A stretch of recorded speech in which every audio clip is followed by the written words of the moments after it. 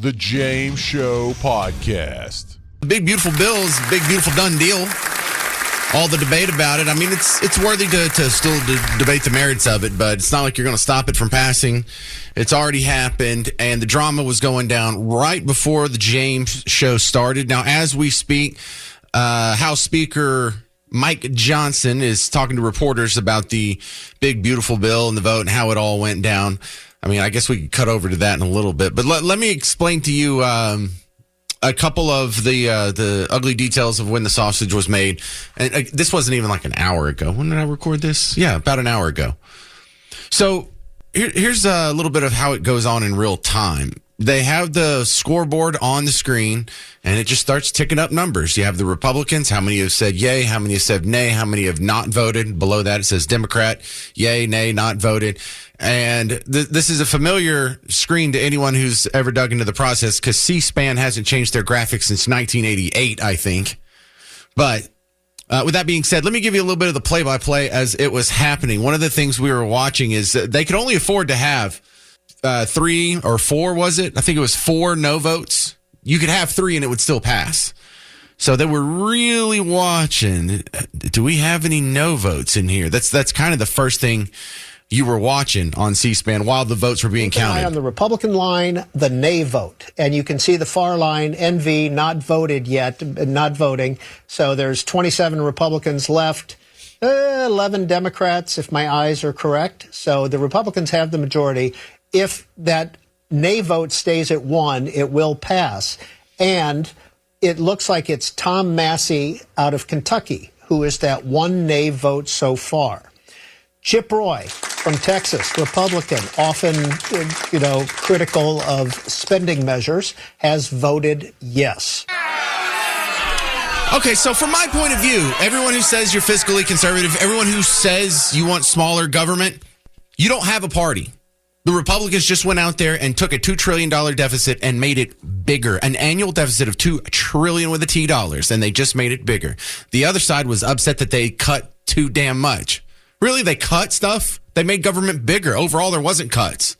But, some of their programs may get curtailed in just a small, minute amount compared to the amount of spending we've increased. So this is something that makes me roll my eyes so hard when people talk about, they're a threat to democracy, or they're a threat to our democracy, or Donald Trump's a threat to our democracy. How about not being able to vote for someone who would make the government smaller is a threat to democracy? How about no matter who you vote for in either party, government just keeps getting bigger? We have the illusion of choice, but we don't have a choice. Doesn't matter who you vote for, doesn't matter who you donate to, doesn't matter what sign you put in your yard. Government is always going to get bigger. And me and Thomas Massey are the only recalcitrant idiots swimming against the stream here, I guess. And that doesn't make me special or anything. I don't understand all of you other people, all of you. I feel alone on an island. Like, James, don't you feel weird standing in a crowd and telling everyone else they're wrong? Yeah, it does feel weird. But I don't understand how you limited government people can still support this. It's a big, beautiful bill. For who?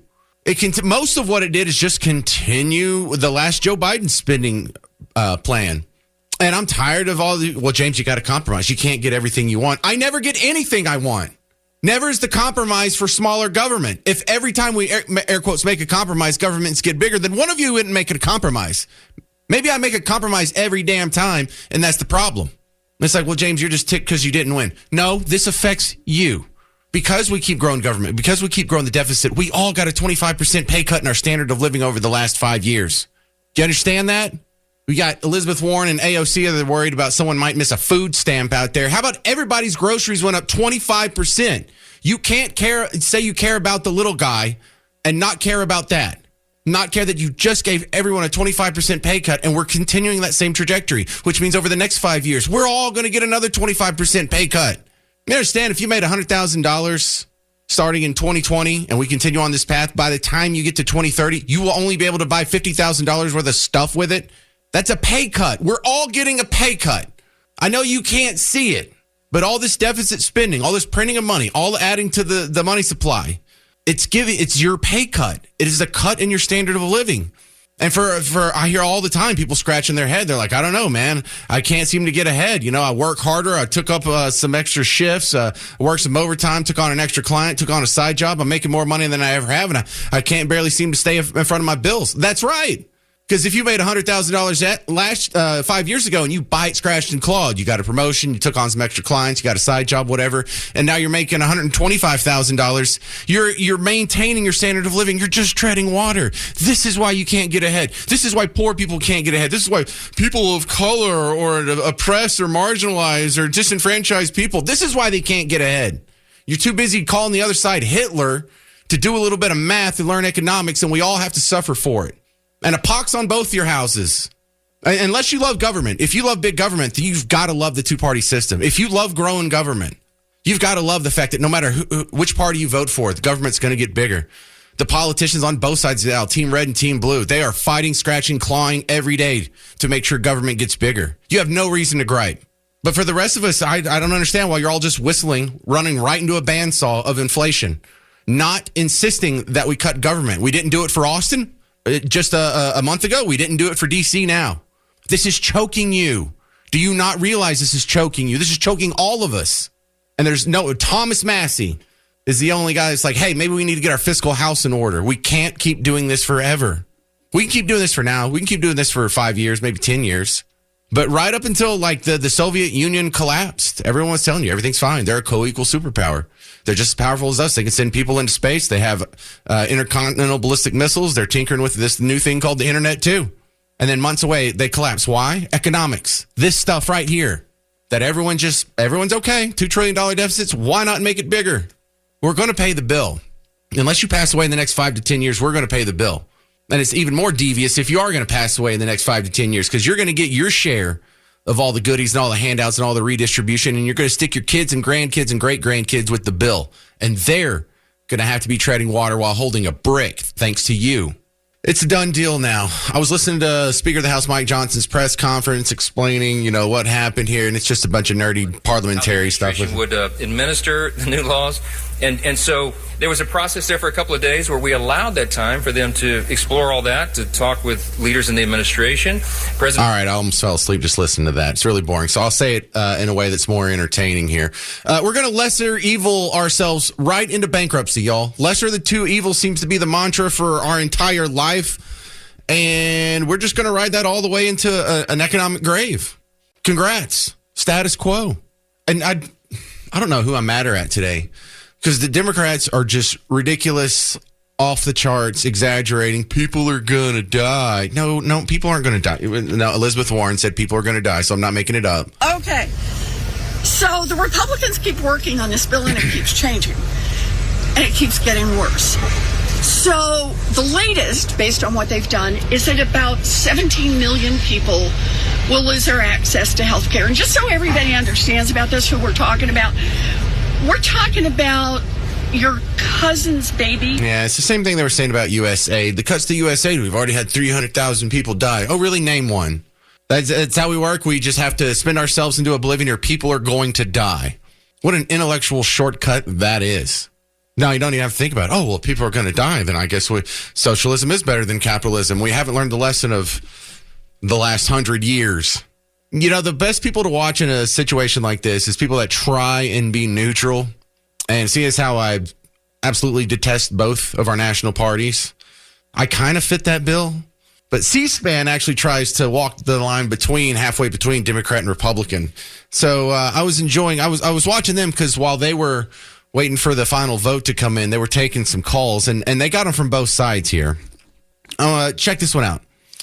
First, we'll talk to Lisa, who's a Democrat. Of course, she thinks the big, beautiful bill is terrible. Yes, I just wanted to say that I think that the Republicans should be ashamed of themselves for taking so much away, health care, things that people who are really desperate, who've depended on this system and paid in their whole lives, they should just be ashamed of themselves.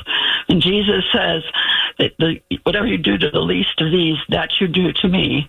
Yeah, bring up the Christianity thing. That was something that Alexandria Ocasio-Cortez tweeted 4 hours ago House Republicans voted for cuts for every single American on SNAP in exchange for some signed merch, voting to starve babies, the disabled, the poor, and they have the audacity to brand this as Christian. What does that word even mean to them? Wearing a necklace? Yeah, we all voted to starve babies, the disabled, and the poor. Sure, that's what we stand for. Could there be any bigger of a straw man? You're just an evil person. That's why you would vote for this. To starve babies, the disabled, and the poor. Does anybody really want... Raise your hand. Call in right now if you want to starve the poor. Not one person in America says, no, I want to starve the poor. Is starving the poor? Does that count as starving them if you don't give them food through a federal government program? Is the government starving me? I'm not getting any money from a federal government program. I'm not getting any food from a federal government program. Am I being starved? No, James, you can take care of yourself. So can everybody else. And for the disabled people who can't, the small people who are actually disabled, not people who are just getting a crazy check, I think private sector charity did a much better job taking care of them for all of American history up until Lyndon Baines Johnson. This is a far worse situation than we had beforehand.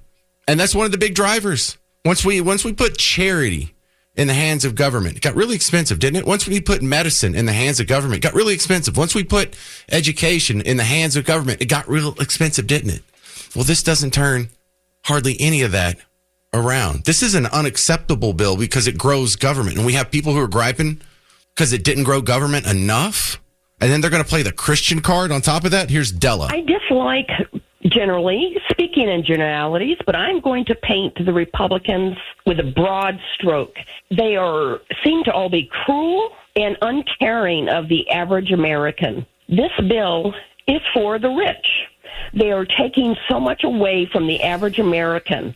I don't know how they can invoke Jesus in all of their speeches. I disagree with everything that Johnson said. Yeah, so keep bringing up the Jesus part. I love that. Point to me in the Bible where there's a poor person and Jesus said, hey, go tax rich people. Get the Romans to tax rich people. We'll start a program and they'll feed him. No, that's not what he said. He said feed the poor. When he told the parable of the Good Samaritan and there's a guy who's beat up left on the side of the road, did the Samaritan stop and say, hang on, I'm going to go lobby the Romans to pass a law forcing you to buy health insurance? Is that the Christian way? Or is the Christian way why you see so many hospitals that still have the legacy of Christianity on them? Presbyterian Hospital, Baptist Hospital, Methodist Hospital, all over the place. Why?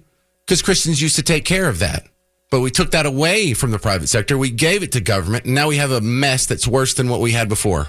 And no one wants to turn that around. They just want to try and use it against us, this cudgel against us. Oh, yeah, what kind of Christian? We had a guy from Arlington actually call in on C-SPAN while I was watching the vote. Steve. Number one, I've heard some callers talking about the Democratic Party. Well, the Democratic Party hadn't done anything for this country, first of all, except spin, spin, spin. And so they really don't have much to say or to what they've done in the past. But I am a Republican, and I do not believe that we should be going into debt to this level. We are sacrificing the young people's future here in America by doing that. I do believe we need to be fiscally responsible, and I do not believe this bill is that. There are many parts of the bill that are done well, but spending and putting us in that level of debt is unacceptable. We're sacrificing our future. Yeah, thank you, Steve in Arlington. Now, think about it like this. A lot of people were pointing at the tax cuts. When I say this isn't a conservative bill, this isn't a fiscally conservative bill, it grows government. They say, well, it has tax cuts in it. Okay. If you get an 8% tax cut, but over the next 5 years you have 25% inflation, you lost more than you gained. It's still not a fiscally conservative bill because that's the real taxes you pay. It's your tax rate plus the inflation. It's the actual taxes you see and then the invisible tax of inflation that happens whether you agree to it or see it on a piece of paper or not. This is JJ in Wiley. If you want to be after JJ, 800-288-9227. We're talking about the big, beautiful bill. What do you think, JJ? They said, JJ, is this your one? Okay. What I'm going to tell you, first off, I'm going to tell you shouldn't be giving out any kind of information one way or the other. You're the organizer. But number two, y'all need to know what a Ben Franklin close is, and you go down the best and then the worst, you're going to find out this bill is fantastic. There are some stuff in it that's bad, but there's more good then it is bad. And anybody that's against it needs to pack up and get out of our country because you're not deserving to be here. Well, I'm against it. Should I leave? Excellent. Yes, sir. Okay. I would say that in a heartbeat. Well, I'm going to stay, even though you want me to leave. I'm sorry you want me to leave. Well, I understand. All right. But that's, I understand you're thinking where you are, but you're all wet with it. So that's your choice. Well, does it bother you that government spending goes up, the federal debt and deficit both go up? Well, that bothers me. But there's some other stuff in there that's taken care of that's been needing to be taken care of that we have a chance to get rid of that we'll never have a chance again. That's why. Once it gets in and gets there, there are some things in there that can be negotiated and restate and redone.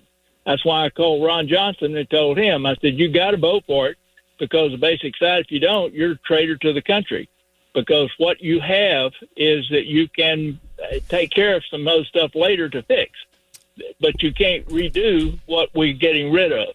But we never get back to the cutting part. See, this is what I've heard my entire life. No, we just got to do this right now. We can get back in the future and actually cut. And once you've been told that for 30 years, you don't believe it anymore. We're never going to get back to the cuts, are we? Because none of y'all stand with me. On either side, both of y'all are okay with Democrats and Republicans. Y'all just want to grow government until it collapses. Talking about the big, beautiful bill, me and Thomas Massey and Rand Paul are not big fans of it because it's too big. Republicans, the rest of them voted for it because they like it. Democrats think it's too small. So this is one of the shows where I feel like I'm on an island. And look, I got an email here from Jim. Says, I give up on you. You are almost as difficult to listen to, flapping your ignorance, as Jeffries. Oh, thank you. And then he says, R.I.P. So I lost Jim. Yeah, I really sound like Hakeem Jeffries. Jeffries is worried because it cuts too much. I'm worried because it doesn't cut enough. You're closer to Hakeem Jeffries than I am. You understand that? Your version of statecraft is close. I'm on the other side of you from Hakeem Jeffries. So no, you're closer to him, Jim. I'm further away. You don't like Hakeem Jeffries? Then why are you so much like him? Why are you more like him than I am? I do not like the big, beautiful bill. I do not like the fact that no matter who you vote for and who you send to office, government grows. Doesn't matter if we have a Doge that comes through and sweeps all this stuff out and we're told that so many cuts are being made that thousands and millions of people are going to die and the government still grows. Everyone else is okay with that. 49 out of 50 senators on the Republican side are okay with growing government. Democrats are just off the reservation. They can't grow it fast enough. We're reaching a fiscal cliff. We have like 7 years left on Social Security before that trips. You know what happens when that trust fund runs out? The people who get checks are going to be limited to just whatever the intake is. They're going to get about a 23% cut. Everyone's Social Security across the board is going to get cut 23%. Medicare, Medicaid, same trajectory. We can't keep this up forever. And we're only stealing from the future. When we run deficits, you're stealing from your future self. And if you're not going to be here very long, you're stealing from your children and grandchildren. This is intergenerational theft is what we're doing. It's immoral and it's wrong. And I'm tired of people who say they're fiscally conservative just going along with this. Because you're telling me, not you, I'm saying the people who call themselves Republicans but support growing government were just told me in January. Remember when we had the government shutdown and they're like, well, we're just going to do this continuing resolution. We're just going to kick the can a few months because we just have to keep going so we can get all these things done. And then we'll go take care of that in the future. Well, it's the future and you're kicking the can again. So no, that doesn't work anymore. You can't say, well, we'll just get this done now. And then in the future, this mystical, mysterious process that never seems to happen is going to magically happen this time. And you'll get your way, James. Just keep going with it. No. Mike in Texas over here said on Twitter/X, chill out. The spending problem can be fixed by future bills. The bill isn't perfect, but it's a miracle we got anything past the finish line with slim majorities and stalling Republicans. You could have gotten anything you want past the finish line with these majorities. If just the same people voted in the same way, you could have had a different bill. You could have Thomas Massey and Rand Paul voting with you too. If this was my first day paying attention to politics, I might fall for this. But we are more than 30 years of my adult life. I've been paying attention to politics, and this is what I hear every time. I can't take it. I can't pretend to be okay with this.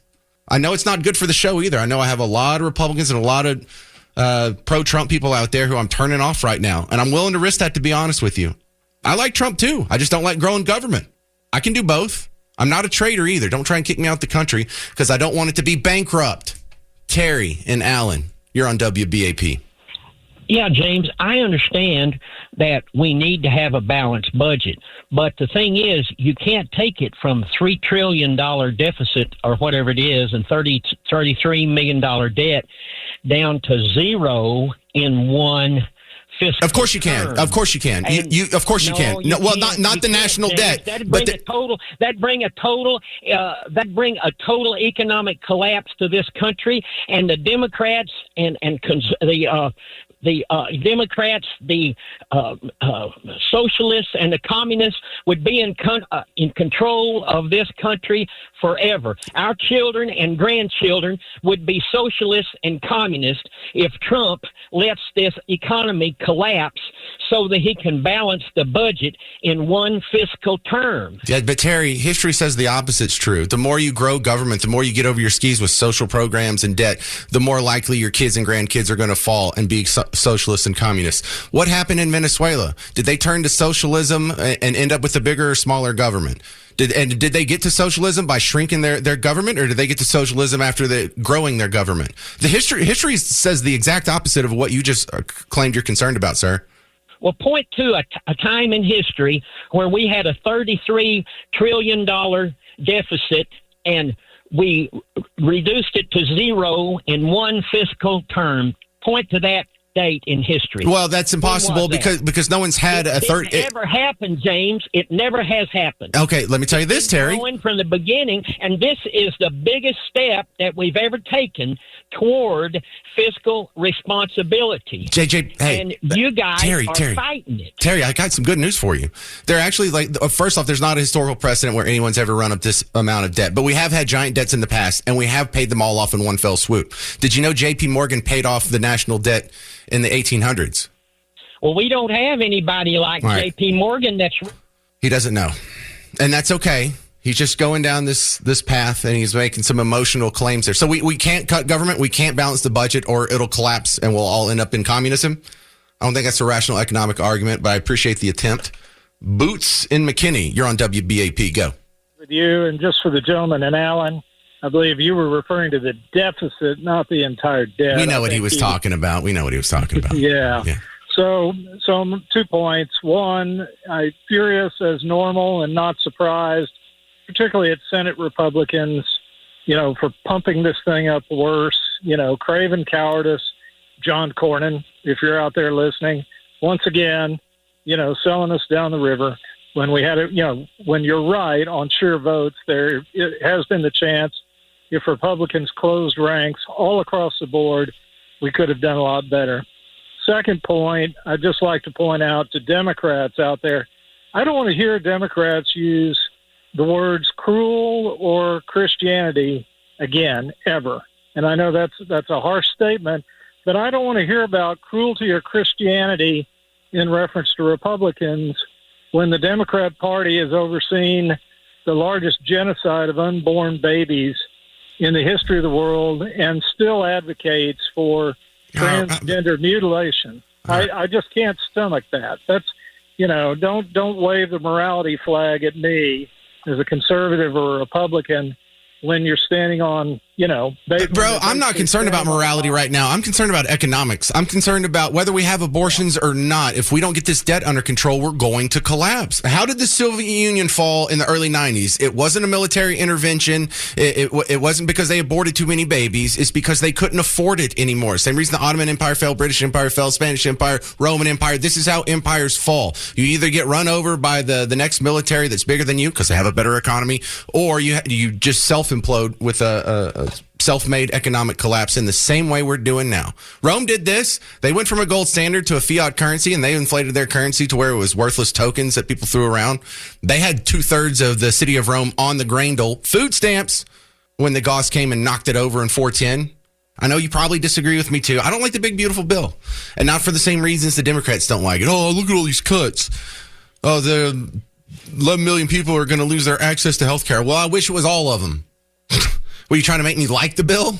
Griping about the cuts? That's the only part I like. Isn't that ironic? The only part I like about the bill is the parts the Democrats are saying is why they're not voting for it.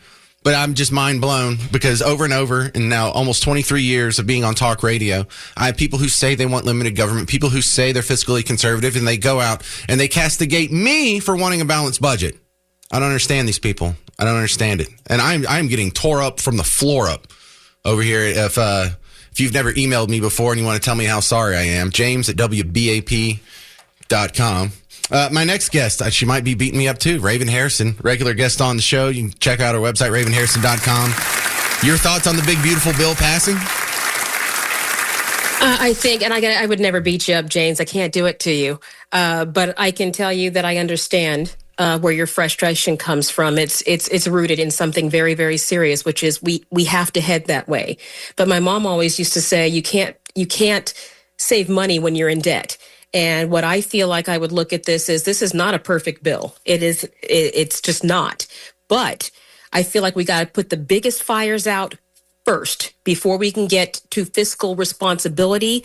We got to take care of the fires that Biden left burning across the tundra, meaning that how do we save money when we have 20 million illegals draining the systems that are designed for Americans? How do we get veterans off the street? How do we close the border when the Democrats keep obstructing the money to close it? When Biden wanted to open it, not an objection. Now we literally have judges crawling out from under rocks to obstruct and try to legislate from the bench. I mean, you should see the protest down here in Florida at Alligator Alcatraz. So again, I'm not going to celebrate politicians being politicians. What I'm going to celebrate is that we have to move forward, and the Republicans needed a win.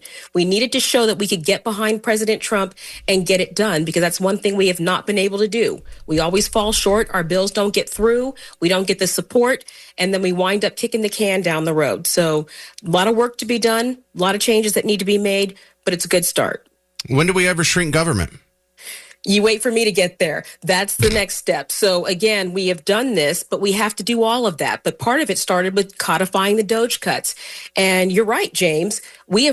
Patriots have waited a long time for common sense legislation. We have waited a long time for fiscal responsibility, and we can't cut the inflation until we cut the spending. Bottom line.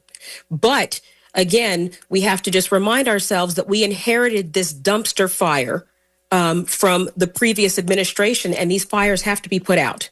But if we can't do it now, when will we be in a better position than right today?